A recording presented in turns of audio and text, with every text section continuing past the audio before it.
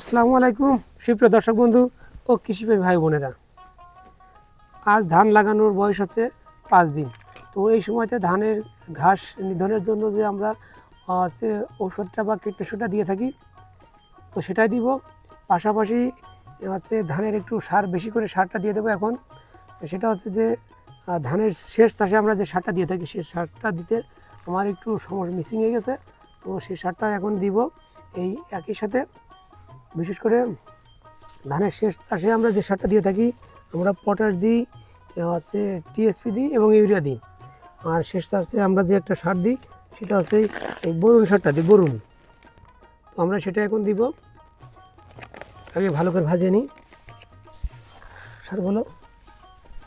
তো এইটা হচ্ছে, কিন্তু আমি আবার বলি, এটা হচ্ছে টিএসপি, সাদাটা হচ্ছে ইউরিয়া, আর লালটা এটা হচ্ছে পটাশ। এই তিনটে সার ভালো করে আগে মিশিয়ে নেব।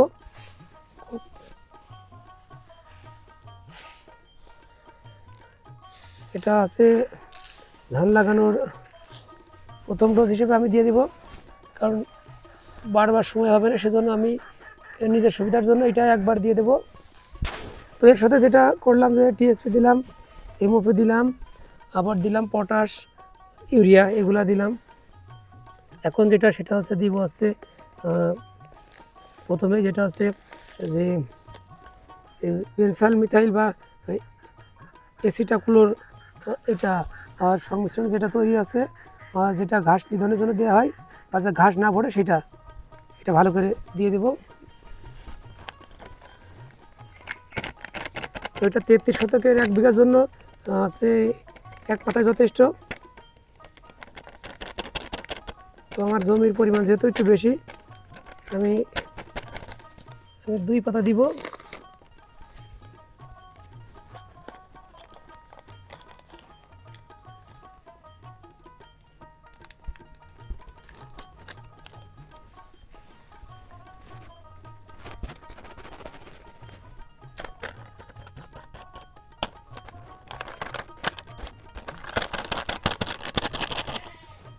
এই গেল। এরপরে এটা খুব ভালো করে মিশাতে হবে, আমি আবারও মিশাবো সুন্দর করে।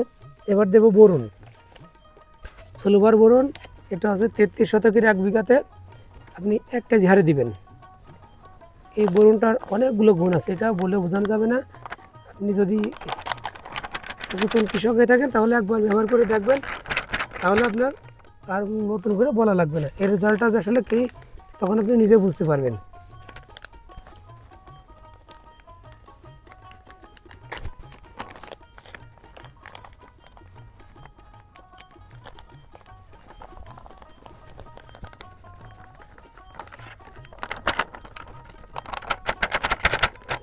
এই সারটা যখন দিবেন, দেওয়ার সময় কিন্তু জমিতে আপনার পানি রাখতে হবে। এই পানিটা হচ্ছে জমিতেই শুকাবে, কিন্তু জমিতেই শুকাবে, মনে রাখবেন বা খেয়াল রাখবেন যেন পানিটা যেন কোনো রকম বের হয়ে অন্যের জমিতে যাতে না চলে যায়, কিংবা পানিটা যাতে আর কি ধরে থাকে।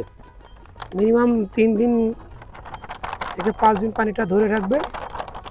সবথেকে ভালো হয় এই যে পানি অবস্থায় সারটা দিবেন, এই পানিটা জমিতে শুষে নেবে, তারপর আপনি পরবর্তী পানি দিবেন বা পরবর্তী সেচ দিবেন, তাহলে সেটা হচ্ছে বেশি ভালো হয়। এইভাবে সারগুলো সুন্দর করে ভাজে নেবেন।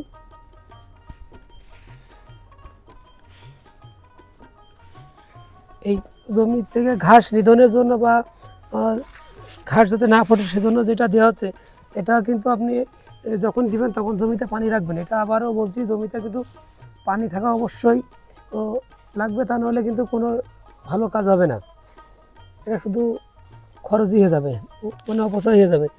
পানি রাখতেই হবে, পানির কোনো বিকল্প নাই। সব থেকে বেশি ভালো এই পানিটা জমিতেই শুষে নেবে। এইভাবে আপনাকে জমি চাষ করতে হবে। এর পরবর্তী সার দেব হচ্ছে